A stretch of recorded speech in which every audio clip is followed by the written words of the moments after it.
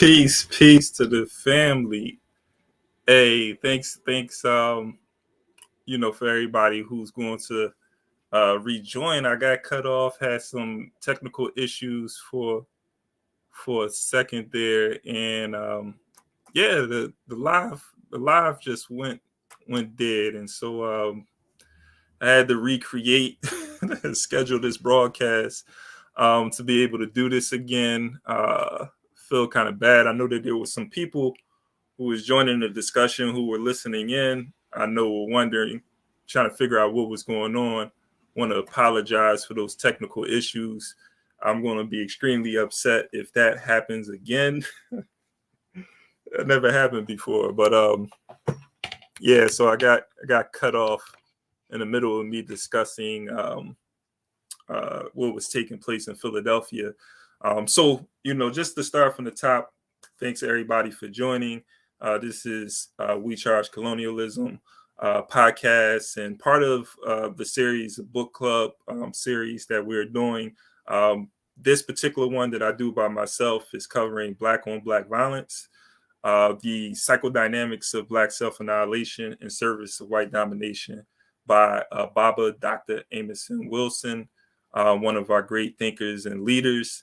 And I believe like all of his work really should be covered and analyzed. I mean, this is the type of information that Dr. Amerson Wilson has given us needs to be studied in our schools from K to 12, needs to be studied in our homes, because he has information that talks about how to awaken the genius, the African genius mind, right? How to develop the Black child psychology and so forth. Like he addresses all of these different issues, political issues, economic issues, and this particular issue, social issue that we're dealing with intercommunal violence or horizontal violence, what the colonizers like to call Black on Black violence. He deals with that as well, and so I want to spend my time really analyzing this book and having a discussion with you all so we can work together to develop solutions to intercommunal violence. And as I was explaining before, there's many forms of violence. It's not just gun violence, because that's the one thing that stands out in our community is the gun violence. But we have to develop ways to interact and respond to each other when we get emotional, when we get angry or upset with each other, and also, just dealing with our own traumas that may cause us to react or respond in a particular way. So there's certain personal things that we have to deal with to be able to, better ourselves and to become a better community. And in order to deal with community issues, we have to deal with it as a community. Now, there's no one individual that's going to be able to come along and save the community. And so that's why I'm hoping we can have these type of discussions. And so where I was leaving off at before I got cut off is the gun violence in Philadelphia in particular. I was doing some research and I came across a statistic in 2022 up until October 19th, there has been somewhere around 432 maybe to be specific, fatal shootings. And there's one side of the argument that will try to sort of like minimize the impact that these shootings are happening, because to them it's like 432 in a city of 1.5 million. That's not that bad, right? Because there's going to be violence, so they try to minimize that impact. But we got to understand the impact that these shootings are having on families and so forth, the trauma and everything. Like, it's not just 432 people who are affected by gun violence. There's thousands of people who are going to be affected by that gun violence. And then, of course, how it's portrayed in the media is also going to strike fear and create trauma or produce trauma among people who may see, watch the news or hear about this, may not even be connected to the people who have been hurt by this gun violence, but have been impacted by it in some way psychologically. So these are some things that we need to think about. But the other part of it, though, which I want to raise because I think it's not talked about enough, is the non-fatal shootings that take place. Because then when we look at those numbers, it gives us another perspective on what's taking place in our communities. So in Philadelphia alone, um, up to October 19th this year, there has been somewhere around 1,400, I'm gonna say close to like 1,500 non-fatal shootings that took place, somewhere between 1,450 and 1,500. Can't remember the exact number. And these are non-fatal shootings. So when you couple that with the over 400 fatal shootings that took place, by the end of the year, there's going to be somewhere around 2,000 um, shootings altogether, over 2,000. So I'm going to share my screen briefly and just show you what took place in 2021, just so you have an idea of what I'm talking about.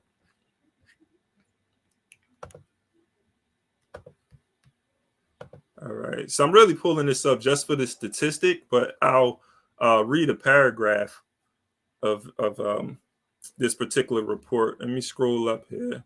So this 100 Shooting Review Committee report. This is the Council of the City of Philadelphia that put this out.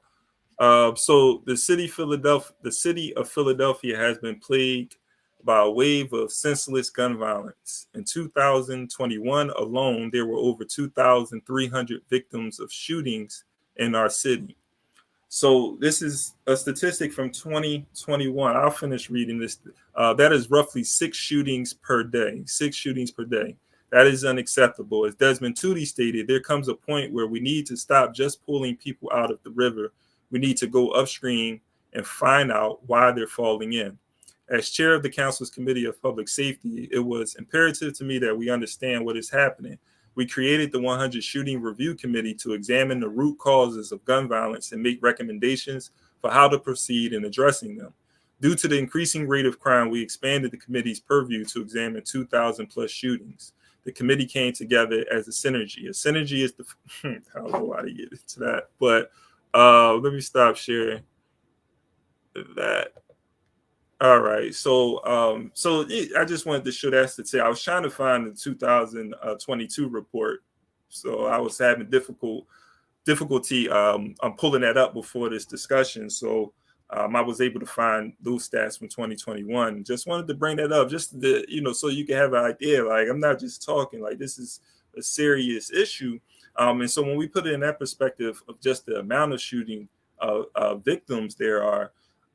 Those numbers, it could have easily, what that tells us, it could have easily have been 2,000 fatalities. If the bullet would have went the wrong way, right? Hit an artery or whatever, right? There could have been easily 2,000. And so this is why this is serious. And this is just in Philadelphia alone. So with that being said, I want to get into this book. I don't want to have you on here too long, particularly tonight. I'm reading from Black on Black Violence, Chapter 2. Last time I completed Chapter 1. So I'm picking up on Chapter 2, Quantifying a Myth, Statistics, and Black Criminality. We'll discuss that and we'll call it a night. So again, like and share this podcast. Subscribe to the channel if you haven't subscribed. And let's get as many people a part of this discussion as possible. So it starts off with a quote, the City Sun, July 18, 20 to 24th, 1990. Within 5 years after the Civil War, the Black percentage of the prison population went from close to zero.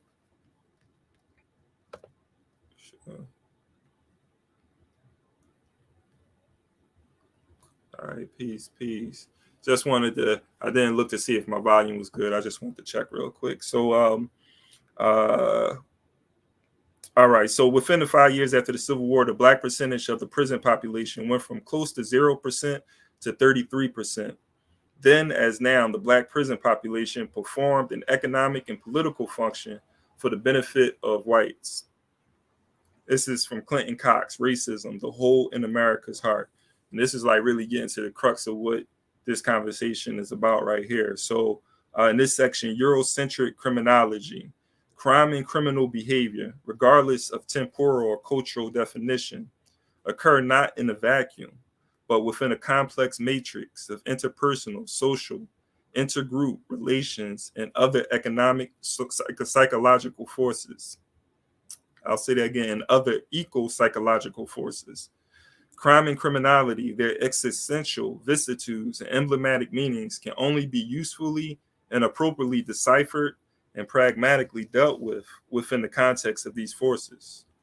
Crime and criminality are social phenomena and are reflective of the social system within which they occur. To discuss crime and criminality without reference to a social system is to engage in meaningless discussion.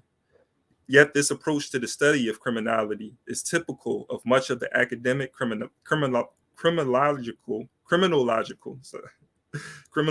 and behavioral science theoretical writings. Academic emphasis on intropsychic and personality factors at the expense of extensive consideration of the more important socioeconomic, socio-political factors as sources of criminal behavior makes academic criminologists and, in effect, apologists and rationalizers for the white American-dominated political economic status quo. It must be recognized that both the intropsychic and the personal are social products and are creatively reflective of their social, political, social, ecological, experiential, and environmental background. The idea of personality as relatively isolated and unreflective of its social interactive history and environment, as motivated by purely internal motives, is an illusion.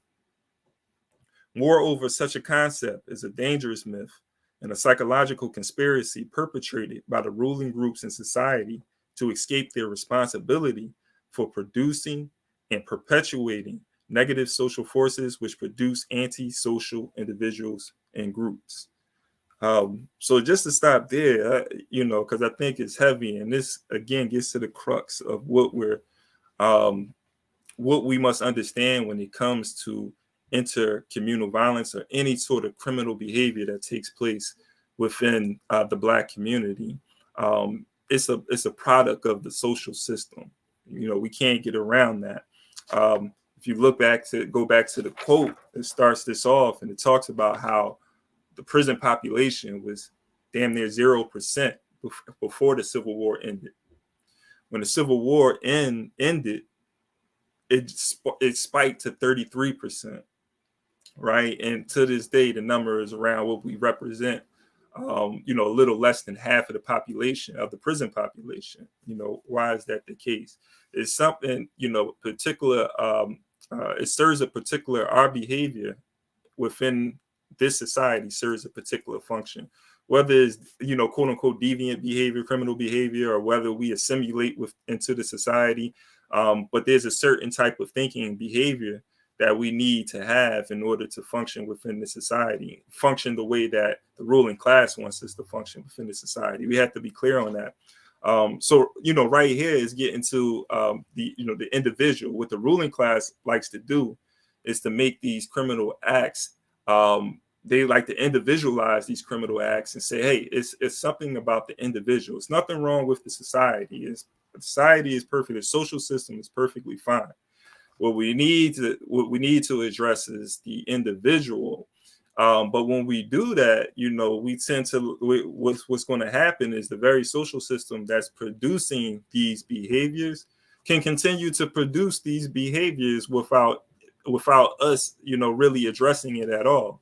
And so when we address the individual, whether we incarcerate the individual or change that individual's behavior, what's going to happen is whatever happens to that individual is going to be the next person up. Like, we're going to have to address the next person because it didn't solve the production of these type of acts within the society. And so, I hope that makes sense. I'm going to give another example, right? Let's just use drug distribution, for example. It's people who sell drugs, right, within the community.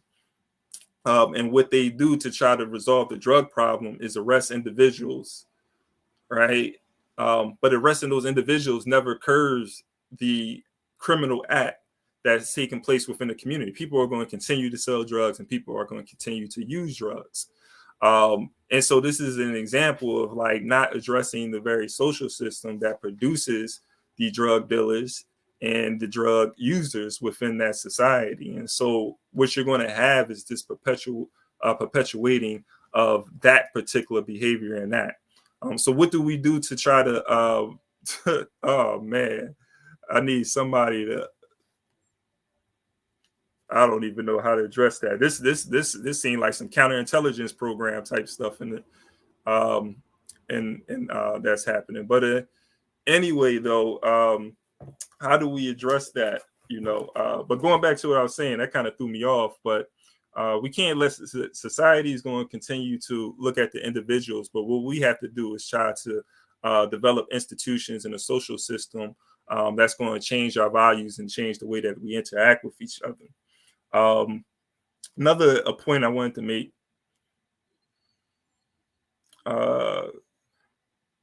is the function, of course, like the function.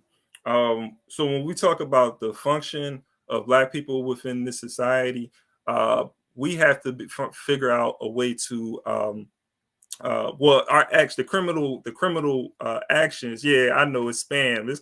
It's throwing me off though, just like even seeing it in the chat. But the function of our actions, like when we begin to behave in a different way, that's going to disrupt the social system that has been put in place by the ruling class. When I talk about the ruling class too, just to be clear, I'm talking about those Europeans, white folks. Now, there's Black people who are, and people from other communities that may be put in positions of power, relative power within this social system. But it is a social system that was built and designed by the European to benefit the European, and the white American is the European. So let's make no mistake of that. And so when we behave in a way that's not considered, when we behave in a way that isn't harmful to our community, then that is disrupting the social system. Again, like the intercommunal violence that takes place, it serves a particular a purpose. If it didn't, we wouldn't be acting in the way that we act towards each other. There will be institutions that is put in place to like really address those issues. There's no resources that's pumped in our community, and there's no education revolved around what we can do as a people to curb the violence or curb our behavior. There's always the answer to the problem is always build more jails, right? And so that's another point. The other thing is again, understanding the producers of this behavior. Yeah, so understanding the producers of this particular behavior. Well, I kind of touched on that point, but I wanted I guess I want to touch on the point of what we need to do, right, as a community, is like to focus our energy, all of that energy that we're focusing on each other. I'm talking about the negative energy and the violence. We have to understand that in order for us to like really transform our relationship with each other, is to understand the way that we are, why we're interacting the way we're interacting with each other. Who does that serve? And if we direct that energy against the enemy, I think we'll see less and less violence within our community, because then we'll understand that fighting against each other only weakens us. It only makes us more vulnerable to those people who are in positions of power and benefit from the chaos that takes place in our communities. And so that's, that I guess that's the message that I want to put out there today. I don't want to go too much more, keep you guys too much longer, but just wanted to throw that out there and just like really focus on like what is the function of intercommunal violence in our community. Was this prevalent the way that we see it now? Was it this type of behavior prevalent in indigenous and African communities? It's not to say that violence didn't take place within our communities, but were we, killing our neighbors at a high rate within our own communities? No, we weren't. We may have had negative interactions, violent interactions with people outside of our communities over resources and so forth. But these type of acts that's happening within our community, it's not even over resources. A lot of these things is emotional, is mental health issues that we're dealing with. All of these things that's being created by the social system. There's not that, and resources is sort of like the root of it all too, because the lack of resources that we have kind of drives us into committing certain types of violent acts towards each other. But a lot of these things is that are happening in our community is being done off of pure emotion. You know, somebody said something to you, you know, like somebody bumped into you, somebody stepped on your sneakers, you know, or it may just be, you know, just because somebody jealousy, you know, jealousy and envy of other people, you know, these sort of things. So, you know, why again, like why are we fighting each other over these things that really don't have we're fighting over things that really don't have any value at all. Well, we place value on it, but you know, it's just something that we have to change in regards to our value system in order for us to like really curb this violence that we are perpetrating against each other. So again, I don't want to spend too much time just like belaboring that point. I'm going to continue going into chapter 2 as we move forward. And Jabril, appreciate you in the chat. Might need you moving forward in the background to deal with some of that spam. that was upsetting me. But you know, anyway, appreciate y'all. Let me see what we got going on in here. Yeah, we must be crazy for the system to work. That's what, you know, let me throw that up there. Yeah, we definitely got to be crazy for the system to work. And Dr. Amerson Wilson really discusses that as well. For a minority of people to be able to rule a majority, there has to be something fundamentally wrong about the majority, right? Where we allow another group of people to oppress and exploit us, to unjustly incarcerate us, to, you know, just to, you know, set up a system where we become beggars, you know, we become dependent on those people when we have the resources, but we have another group of people who are dictating how those resources are being used, right? And so these, again, like these sort of things, going back to the insanity thing, it has an impact on our mental health. So what do we have to do to be able to address these mental health problems? Again, it's going back to like how I think is, for me, is where it's how we're educating ourselves, and it has a lot to do with our perspective and our theories. You know, we have to have a serious like political economic theory and understanding of the world to be able to behave in a way that is not going to be harmful to ourselves. So, you know, with that being said, you know, we have to have a revolutionary education and culture. Just want to look at a few of these things, you know, things in the chat before calling it night. Crabs, let's get in that. Crabs in a bucket behave as they do because the natural environment of the crab is not a bucket. Yeah, I mean, great point, right? We're not in our natural environment, and you know, we can create it, and it's, I'm gonna say this too, when it comes to the natural environment, it's cool to create you know, what I guess a quote unquote like artificial environment, because man, the what has happened 12,000 years ago, like there was this shift, you know, going into some world history, but 12,000 years ago there was a shift in the way that humans began to live. You know, there minority groups of people began to develop agricultural societies. We began to settle down in villages, towns, city, and began to develop cities and so forth. And this had a lot to do with our ability to be able to have some relative control over our environment, to be able to, you know, now we can predict food sources of food through food production. You know, we can predict how much food we're going to have at this particular time and so forth.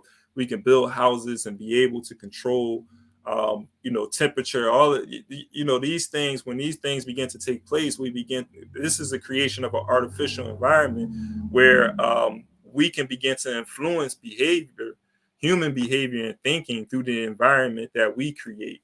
Now, the European has created an environment that is unnatural, but we can also create an environment too that's not necessarily natural. And it's not to say we have to be connected with nature, but I'm just saying in regards to creating an environment where we're able to dictate and control certain things about the environment.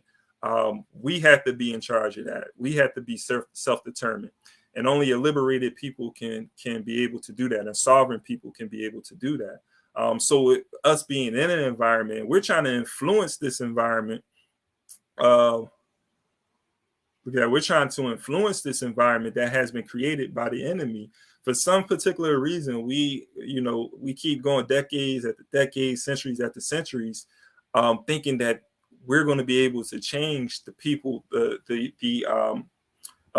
producers of this particular social system. We're going to be able to change their minds about the way that they are interacting with other groups of people, particularly African people. They have created a system where they're able to benefit through the oppression and exploitation of African people. African people being able to produce for themselves in the world will be revolutionary. That would disrupt the entire social system, and that's a threat to the European. They don't want to see that, and so we have to be very leery of those people too who align themselves with the European, no matter what they look like. And so, just to talk about China, for example, China is a counterweight to the West, right? They're a counterweight to white power, but China is doing things that's going to benefit China. But also, China isn't looking to disrupt the social system in a sense. It's looking to overthrow those people who are in complete control of the social system. But they're not really looking to undermine or dismantle colonial capitalism. They're looking to be the next colonial powers. No matter how much we may benefit from a relationship with China as opposed to a relationship with the European, our relationship with China, at the end of the day, they're going to do things that's in their best interests. So we have to be very clear on that. I know a lot of people probably don't want to hear that, but we have to be honest. And this is why we have to be African for Africans first. I'm kind of going longer than I expected to go, but just addressing a few of these comments. All right, I'm about to close it down.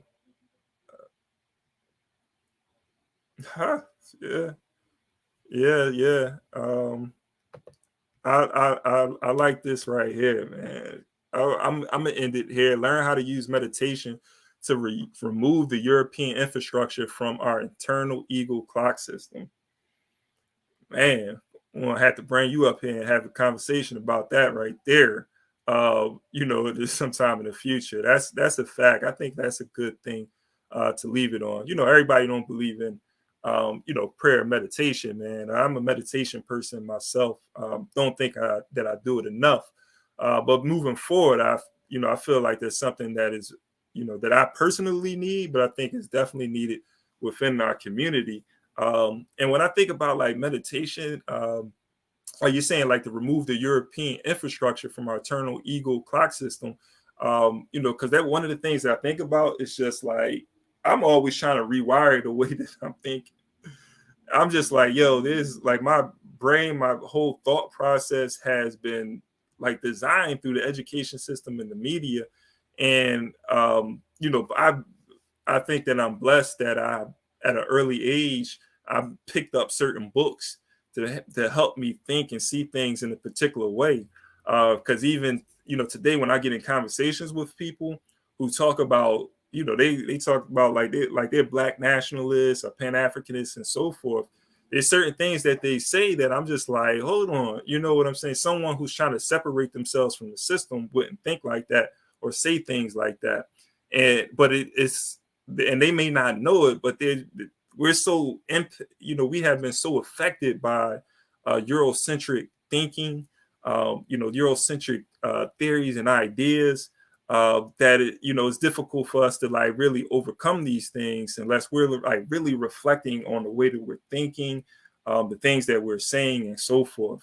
And I'm constantly still fighting. Even now, I still have struggles and have to check myself and hope others check me, like, yo, you said this or you did that, so I can make sure that I'm overturning a lot of these contradictions that we have, being under European domination, political and economic domination, spiritual domination, so forth, for the last 600 years. So with that being said, man, I want to appreciate everybody that was coming in, hung around, putting stuff up in the comments, engaging in this dialogue that I think is very, really important. We're going to continue to do this, dive into this book, Black on Black Violence. I'm kind of going like a paragraph at a time. I'm going to thoroughly go through this book and have us discuss it. So we ain't really get into the meat. I'm still on page 12, right? So there's still a lot to be discussed and analyzed. And so that gives you time to also pick up the book so you can read along with me and be a part of this conversation and give me your insight as well, and some in regards to things that we can do to address this problem that we have in our community. Because once we begin to like really stop fighting each other and begin to fight the enemy, like, it's game over.